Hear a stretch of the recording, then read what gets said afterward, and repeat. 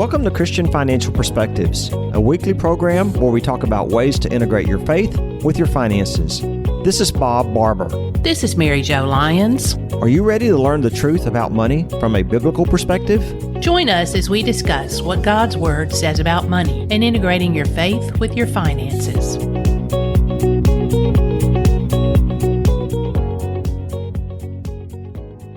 If it's your first time listening, welcome to the program. And if you're a returning listener, welcome back.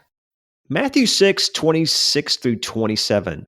Look at the birds of the air. They do not sow or reap or store away in barns, and yet your heavenly Father feeds them. Are you not much more valuable than they are? Can any one of you, by worrying, add a single hour to your life? Today on Christian Financial Perspectives, we will be talking about taking the fear and worry out of investing.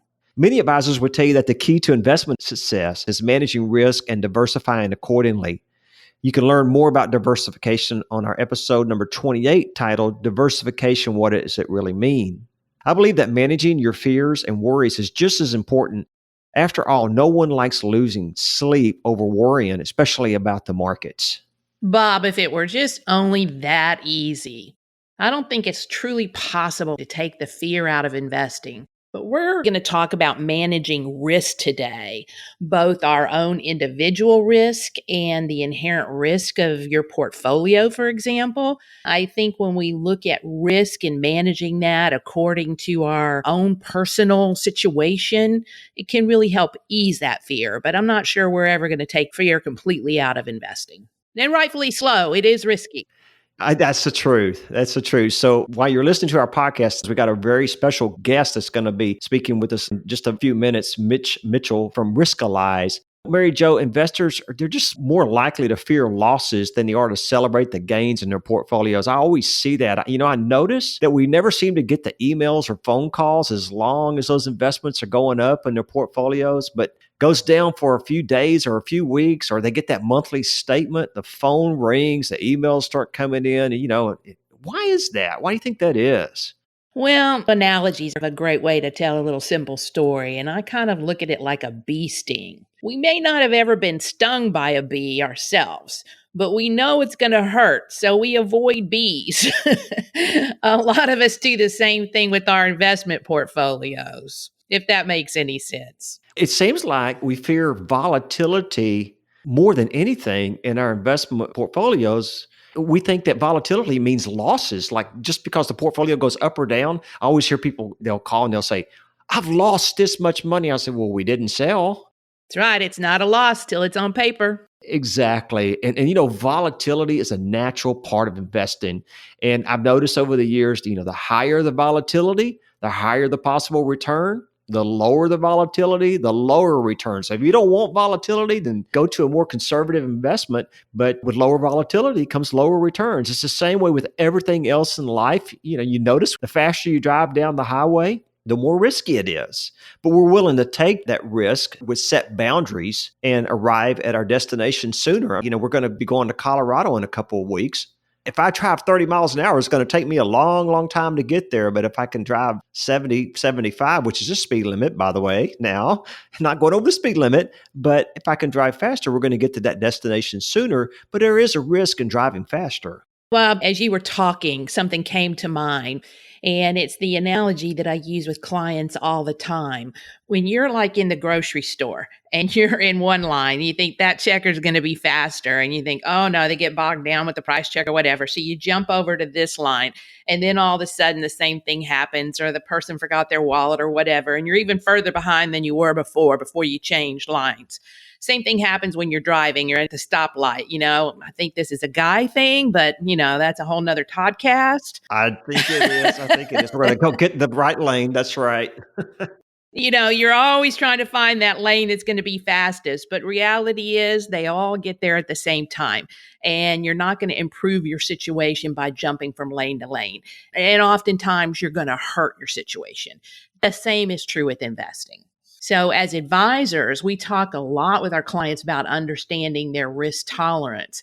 And we ask a lot of questions. We drill down to see how they're going to react in volatile markets and what kind of returns they expect on their portfolio, how much downside they can stomach in a down market, what can keep them up at night. And that's how we try to figure out what's the most appropriate investment for them. In the past, we've always done this using percentages. It's made sense to us because we talk about the market in percentages, we talk about returns in percentages. It's just kind of in our DNA and how we were trained. But when it comes to our clients, I don't think those percentages actually resonate so much. It was our best guess as to what percentage of stocks and what percentage of bonds was appropriate based on how they answered our questions. But, I just don't think when you tell a client that they should be 60% stocks and 40% bonds, that the majority of them actually really know what that means. You're right. And we've used these generalizations for a long time that if you're a young investor, you can handle more risk. And if you're retired, you don't have time to make up for losses. So you should be conservative. But that approach is truly outdated because it doesn't consider that each investor's personality is different as well as their tolerance for risk. Because every person's unique and they have their own emotional history per se and their own unique circumstances. Absolutely. So, in preparing for this week's podcast, I've been thinking a lot about risk and how it impacts our listeners.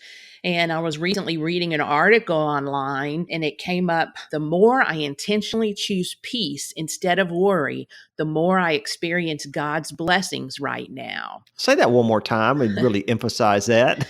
The more I intentionally choose peace instead of worry, the more I experience God's blessings right now. I'm trying to get my husband to see that, but he's not on board quite yet. He's a worrier. We're always talking about Mike. We are. One time we got to have Mike on the program because we're always picking on him. We have the Mike, and everybody's going, "Who is this Mike guy?" This Mike guy is a really nice guy, by the way, y'all. We're going to have to start talking about Rachel once in a while. Yeah, exactly. Yeah. So, but when it comes to your investments, we know a lot of our listeners, they're prone to worry. And so how can you find peace with the right mix of investments? One that allows for growth, but won't keep you up at night. So today we want to introduce you to a tool that's going to help you choose peace over worry when it comes to your investment. And it's called Riskalyze. So remember that, Riskalyze. And today we have a special guest that's going to be joining us right now, Mitch Mitchell. Hey, Mitch, that's kind of a double name, isn't it? It is just a bit. And thank you so much for having me. It's an honor to be here. And Mitch is a customer service manager with Riskalyze, which is a financial technology company that we use that provides software for analyzing investment risk and building and implementing investment portfolios. So welcome, Mitch. Thank you so much for having me. So, Mitch, I think your title's actually a customer success manager. So, thank you so much for noticing that. Yes. So, we all want success in our lives. What does that mean exactly? A customer success manager is particularly focused on the success of the customer. I recently went to Pulse, which is the largest customer success conference in the country, put on by Gainsight, which is a customer success. I've read about that. Yeah. That's a customer success software. And I changed my elevator pitch for Riskalyze while I was there because other customer success managers were there and they wanted to know what Riskalyze was. And I said, well, it's a customer success platform for financial advisors. And they all went, oh. So they all kind of understood that. Another way to put Riskalyze is to say that it is a risk alignment tool, which is another oversimplified way of saying it that isn't quite as interesting as the whole story behind it. Well, speaking of the story behind it, why don't you share that with our listeners and give us a little background on how Riskalyze was created?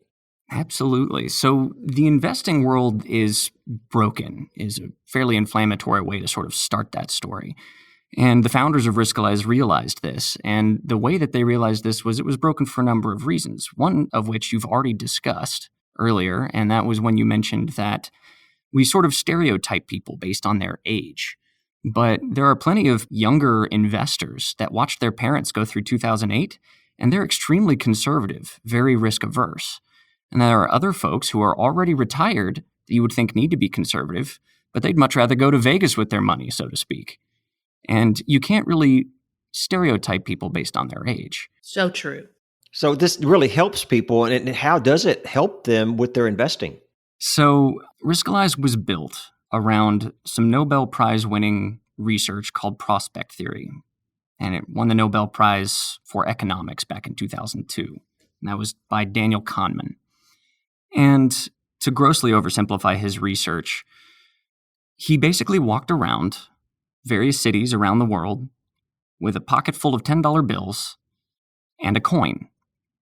And he would stop people and ask, hey, I would like to bet my $10 against your $10. Let's play a little game. And we can play this game as many times as you want. And we'll flip this coin. Heads, you get my $10. Tails, I get your $10. And nobody would take the bet, so we would up the ante. Okay, how about my $11 versus your $10? No one would take it. My $12 versus your $10. And bear in mind, we can play this over and over and over again. Nobody would take it. What he was able to do by repeating this is he was able to empirically and objectively measure just how much people hate losing more than they love winning. Let me say that again. He was able to objectively and empirically measure just how much more human beings hate losing more than they love winning. And that is the kind of fear that drives people away from investing. They fear losing what they have more than they would love growing what they have. Yet they go to Vegas all the time, and we know the house is always going to win. Absolutely. That I can explain in a much more complex study of psychology, but I don't think we have the time to go into that right now. The interesting thing about investments is that they're a little bit more long-term. People don't think of them as fun. They think of them as something that they have to do in order to succeed, but they also see the risk in the market. Now, what's interesting about the coin toss analogy was that if they just continued to play that coin toss over and over and over again, even with just a 10% better side on Kahneman's part, they would continue to grow and win. Even if they lost their $10, they would earn back 11. Then they would lose 10, then earn back 11 again. Thing is, people wouldn't start taking the bet until he was putting up, on average, 25 of his dollars against their 10. Wow. And in that way, he was able to empirically measure that human beings hate losing 2.5 times more than they love winning. This is something I think I might want to go try with people and see what they respond. I'm going to get me a bunch of quarters. Absolutely. It's a fun experiment. He got a lot of his students to chip in on the experiment for the research as well. But I digress. The real problem here is that because people hate losing more than they love winning, they tend to make fear-based, short-term bad decisions. Never underestimate the ability of human beings to sabotage their long-term well-being based on short-term decisions that they make out of fear. So, one of the ways that we help people, help advisors, is we help advisors to objectively measure empirically, in the same way that Kahneman did, just how risk-averse various investors really are. So we put a score given to that client based on a Riskalyze questionnaire that empirically measures just how much they're willing to risk losing in the short term in order to make sure that they can grow their investments in the long term. One pithy way that our founders have put that recently is helping investors to invest wisely for the long term, making good long-term decisions, one good short-term decision at a time. That's a good saying. That's a really good saying. Okay, say that one more time. Helping investors make long-term good decisions, one good short-term decision at a time. I work for some very smart people. So what this questionnaire does is it helps to quantify the potential loss tolerance of the investor. I loved your speed limit analogy that you said earlier, because you are going to get to your destination a lot more quickly if you're traveling at 75 miles an hour. The risk, of course, there is if you experience a crash, at 75 miles an hour, it's going to hurt a lot more than if you experience a crash at 35 miles an hour. Yeah, that's right. On the other side of that same coin, however, if you're driving at 35 miles an hour, the risk that you're taking is you might not arrive at your destination on time, and you might miss the event that you're headed to. I like the way that the specific numbers in the speed limit sign can help to quantify the loss. It just takes a more accurate perspective picture than an actual percentage, and people can relate better to concrete numbers rather than an abstract percentage. And I think it's really smart of Riskalyze to put it this way. You're already beating me to my punchline. The two big problems, of course, being stereotyping and, of course, being able to not objectively measure how much somebody can tolerate losing has basically inspired the very concept of the risk number, which is actually meant to look like a speed limit sign for that exact reason that you're talking about. Because imagine driving down the road and you pass a speed limit sign and it says conservative. How fast are you going to drive? Or imagine driving down the road and seeing a speed limit sign that says moderate or aggressive. How fast are you going to drive? And if your passenger, and this analogy is your client, is their definition of conservative or aggressive going to match yours? So interesting. We show our clients all of our different portfolios, and then it's got all the speed limit numbers to it now. And then we can break down each portfolio. We can show them the asset allocation and how all the holdings within them also have different speed limit signs to them. And you can watch their eyes just light up. They've never thought about it that way. Oh, the aggressive growth, because our aggressive growth comes in at about 75, where our conservative comes in as low as like 25 miles an hour. That's the way it looks like on the speed limit sign. So it really gives them it's emotional support to them, because they do know the slower I drive, the safer I'm going to be, but I'm also not going to get to my destination as fast, just like what you said. Now, to get to these speed limit signs, and where does somebody fit? In other words, where do they feel comfortable? Do they feel comfortable driving 75 or more comfortable driving 55 or 25? There's a whole lot of questions that you ask, and there's a theory behind these questions. And it's hard because the questions seem so similar as you're going through them. Can you tell me what the theory behind all these different questions is and how this works coming at a arrival of where their risk tolerance is? Absolutely. So our risk questionnaire, which actually assigns that objective and empirically derived risk number to the client, actually comes from the exact same experiment that Daniel Kahneman was running for prospect theory. And you might notice that a lot of those questions seem pretty similar, one right after the other. And that is because it's very similar to the act of flipping a coin over and over and over again. And we're asking the human brain here to really zero in objectively on where their risk tolerance really is. Risk tolerance being defined as how much risk they're willing to take on in order to achieve their goals. So the risk questionnaire sort of gives them two options of, here's how much you said you were willing to risk losing. And then it will attempt to, shall I say, tempt them away from that number, either by offering them more reward or the same amount of reward, but at less risk. And then sort of repeat that question over and over again, trying to make sure that they can zero in from a range to a point of what their risk tolerance really is. So if it's able to tempt them to a higher amount of risk by offering more reward, they weren't really that committed to their risk aversion. And that might actually surprise them. When they see the dollars and cents of how much reward they could get by taking on more risk, you might find out that they're actually much more risk tolerant than they initially thought. They were only thinking about the risk before. They weren't thinking about the long-term rewards.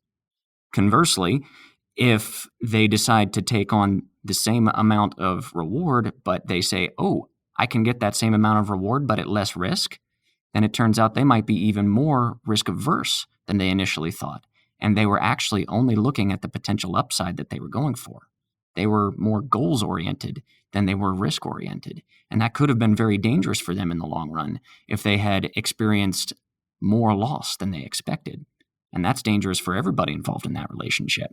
So this particular questionnaire really zeroes in on what their true risk tolerance is, and then assigns to them an objective risk number that sets the speed limit for the advisor so that they can, get this, assign a portfolio to that particular client that is measured in the exact same way and matches their speed limit without exceeding it, point for point. What we're talking about is you take this test. It's just like about, what is it, 5? The simple one, I think, is 5 questions. Is that the total? If you tried really hard, you could probably stretch it out to 10 minutes long. Yeah, exactly. And by the way, if you'd like to take that risk test, we're putting a link on the Christian Financial Perspectives website. And you can go to Christian Financial Podcast and go to today's episode called Riskalyze, and you'll see a link to take that test for your risk. We have that test that we do with our clients here at CIS Wealth Management Group. And then we have the portfolio that they've picked in the past. And you'll see the portfolio, like it might say the risk is 64, but their risk level may come in at 70, which means they could handle a little bit more risk. Or 64, maybe their risk test comes in at 50, which means we need to lower the amount of risk in the portfolio. And it's interesting, Mitch and Mary Jo, in that the longer we have bull markets, everybody always wants to have more risk in a bull market. But once the bear market starts, you can see everybody's risk go down. Oh, yes. And that is, unfortunately, the very reason as to why so many investors just completely shoot themselves in the foot and really damage their own future, is based on fear, those same short-term fear-based decisions. And we've noticed, psychologically speaking, that investors will, by no fault of their own, their psychology will play tricks on them, and they will buy high and sell low and repeat until they're broke. So that's a lot of the fear that drives it. But that's exactly why Riskalyze was made, is people will sabotage their own future based on fear. But Riskalyze helps them to understand the risks of their portfolio and understand what their own risk tolerance is, and then make sure that they are invested in a portfolio that they can be comfortable with for the long term. If they understand the risk they're taking on, it's not as scary anymore. And that empowers them to stay invested even when the market has a downturn and make sure that they can achieve their goals for the long term. But when a market's been up for a long, long time, Mitch, they all want to be aggressive. But when you take this risk score, it shows them how much it can go down, especially in a 2008 or like a 2000 type. Absolutely. And playing those what-if games with clients is a tricky business, and it's especially difficult to do so objectively. But that's another thing that Riskalyze can help with. There are various features of Riskalyze, like our stress tests feature, which allows them to compare the current portfolio or a proposal to basically the market environments of 2008 or 2013 and say, what would this portfolio do if another 2008 happened? If a portfolio has a risk number in the 30s or 40s, it's not invested near as aggressively as, say, the S&P 500 or a similar portfolio to that. And it cuts down on a lot of panicked phone calls if all of a sudden the market experiences a downturn. If your client calls up and says, oh my goodness, the market is down however many points, are we going to be okay? You can say, yes. We talked about this. I showed you the stress test. I showed you that your portfolio has a risk number in the 40s, where the S&P 500 has a risk number in the 70s. And lo and behold, you're not going to lose near as much money as the rest of the market. And when it has another upturn, you're going to be right back on track, having lost very little compared to the rest of the market. So, Mitch, Riskalyze has the ability to model scenarios. Is that what you were describing, or does it do that differently? How does that feature work? That is a separate feature, actually. Okay. Scenarios is a beautiful feature as well. That's another what-if game that you can play. The stress tests is more future-looking. It compares the portfolio's current, basically, health history, going all the way back, to what it would happen if another 2008 market were to happen again. Scenarios is rear-facing, but if you look back, you can choose specific dates and see what your particular portfolio's performance would have been during those dates, or actually was during those dates, and then compare that to other significant market environments. Say, for example, if oil experienced a huge downturn, you could come up with a pretty good argument as to what your particular portfolio would do if oil tanked.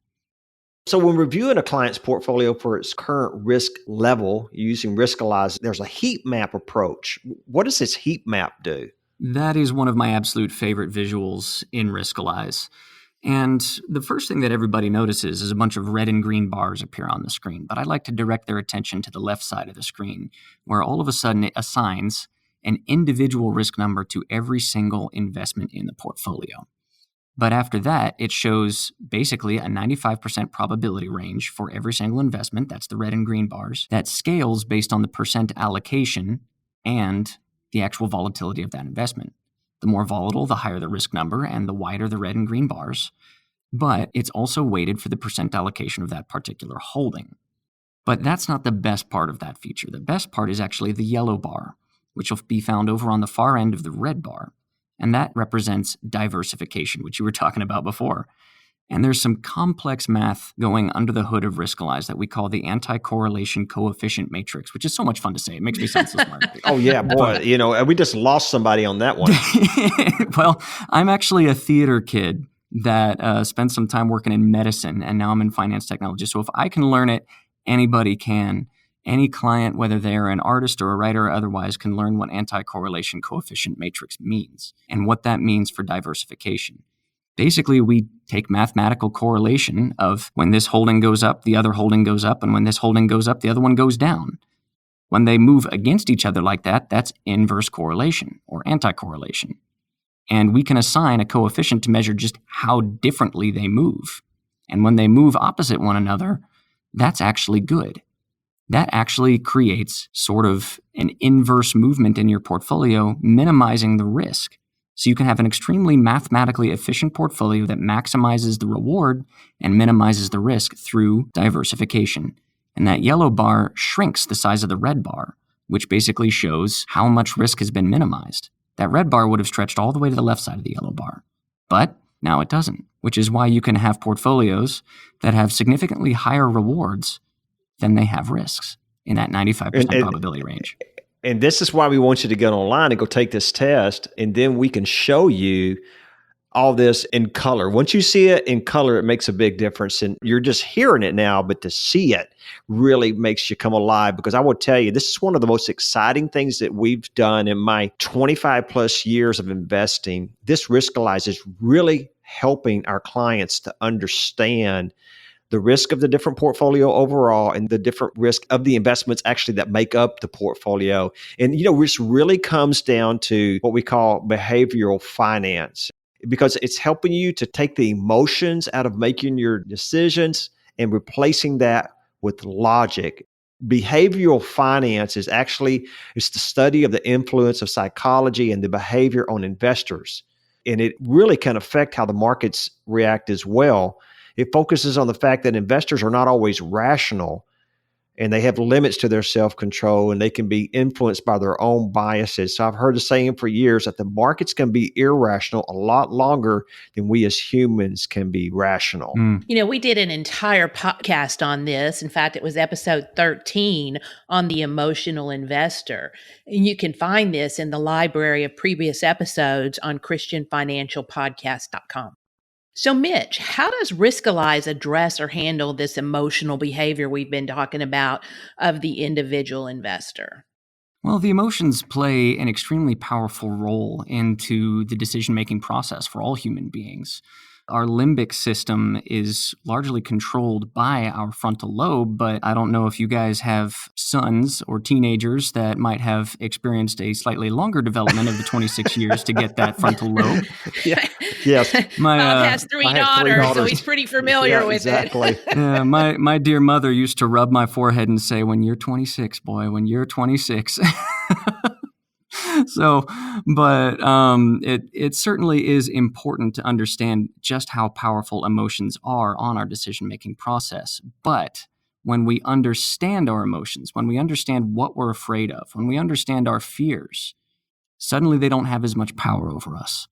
And that is what is the real magic of Riskalyze, is helping investors to understand what their fears are and then to understand their investments in a way that helps them to understand the risk that they're taking on.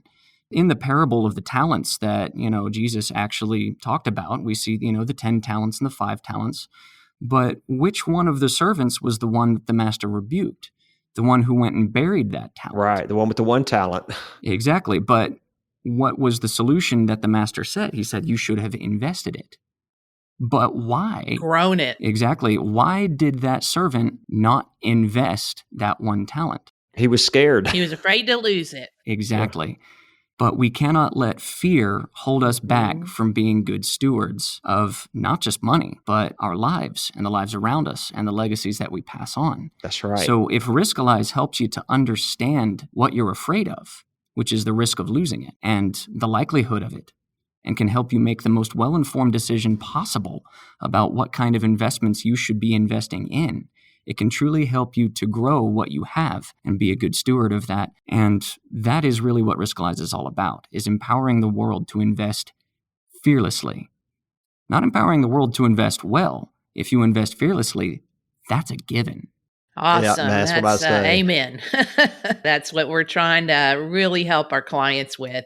This is a fairly new tool for us, and we've become very, very excited about it. And Bob, I know that you have some favorite features that you've worked with clients recently. You want to talk about that a little bit?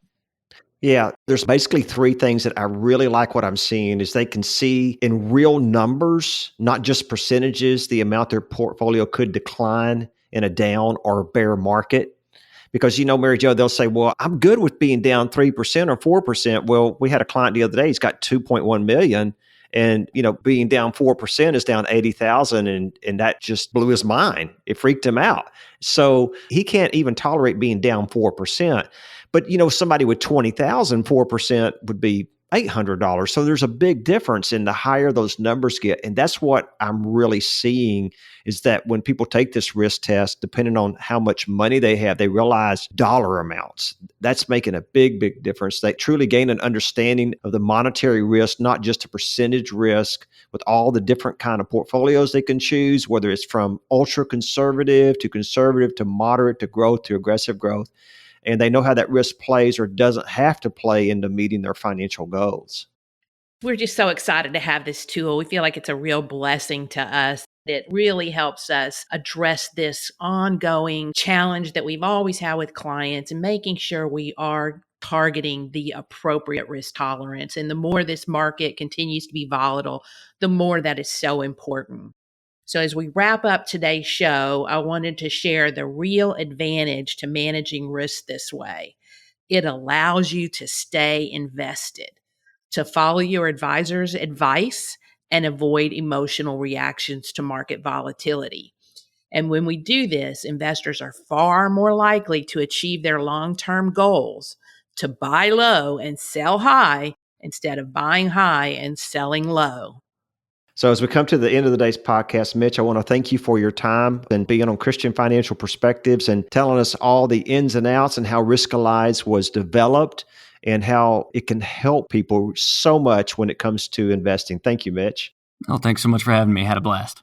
Here's a couple questions I want to ask you as we come to the end. Do you know what your risk score is? Yes, in fact, mine is a 53. Okay, yours is a 50. Yeah. Oh, wait. That question wasn't directed at me. That was at your listeners. Mine's a 74. The fourth chair in the room. Well, okay, so yours is a 53. Mary Jo's is a 74. Mine's a 88. Oh, wow. So, and I think Nathaniel's is in here is even higher, but been in this business over 35 years and I've been through all these ups and downs. And I realized so many times it's just volatility. So I've learned to take it. That's probably why my risk score is higher because I've seen it all.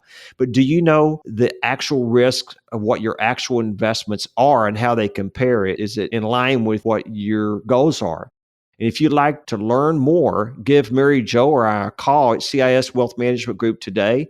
And we're also including the link on Christian Financial Perspectives, our podcast website, which is christianfinancialpodcast.com. And you can take that Riskalyze test, or you can go to our CIS Wealth Management website as well. We'll have both of the links off of those websites that you can take that test. And we would encourage all of you that are investors to learn what your risk number is. And that's going to do it today for Christian Financial Perspectives as we finish up on Riskalyze. You are listening to Christian Financial Perspectives. Join us next week as we explore what God's Word says about money. And don't forget, you can sign up for our free newsletter at ciswealth.com or give us a call at 877-71-TRUTH. That's 877-718-7884. To make sure you don't miss any of our podcasts regarding the truth about money, be sure to subscribe to Christian Financial Perspectives at christianfinancialpodcast.com for free. If there are any specific topics you would like to hear more about, we'd love to hear from you. That's all for now. Until next week. Asset allocation, which is driven by complex mathematical models, should not be confused with the much simpler concept of diversification. Asset allocation mitigates risk. It does not guarantee future performance. A diversified portfolio does not assure a profit or protect against loss in a declining market. All investing involves risk, including the possible loss of principal. There is no assurance that any investment strategy will be successful. Mitch Mitchell and Riskalyze are not affiliated with CIS Wealth Management Group. Comments from today's show are for informational purposes only and not to be considered investment advice or recommendations to buy or sell any company that may have been mentioned or discussed. The opinions expressed are solely those of the host, Bob Barber and Mary Jo Lyons. Bob and Mary Jo do not provide tax advice and encourage you to seek guidance from a tax professional. Investment advisory services offered through Christian Investment Advisors, Inc., DBA CIS Wealth Management Group, a registered investment advisor.